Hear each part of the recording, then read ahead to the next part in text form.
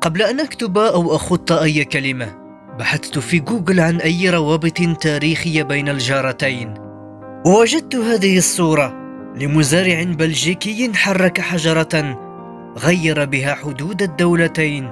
مبابي أقسم أنه سيطأر لفعلته، فهو لا يسمح بلمس أي شبر من أرضه حتى ولو كان بغير قصد.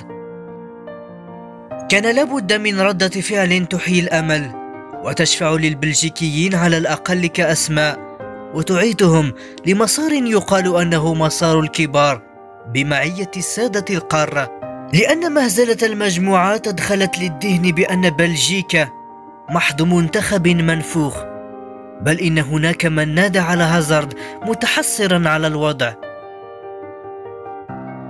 بلجيكا منتخب كهل، قالها دي بروين في قطر: لقد بلغنا من الكبار عتية ولم نعد نستطيع مجاراة الكبار، والأكثر قسوة أنهم من قضوا على أنفسهم.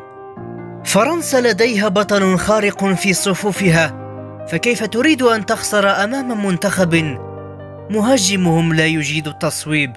مبابي ارتدى قناع زورو واستوى على صهوة العز.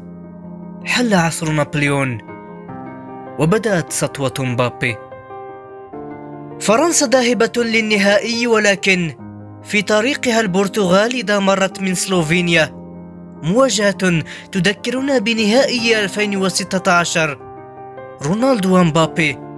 من سيقول كلمته؟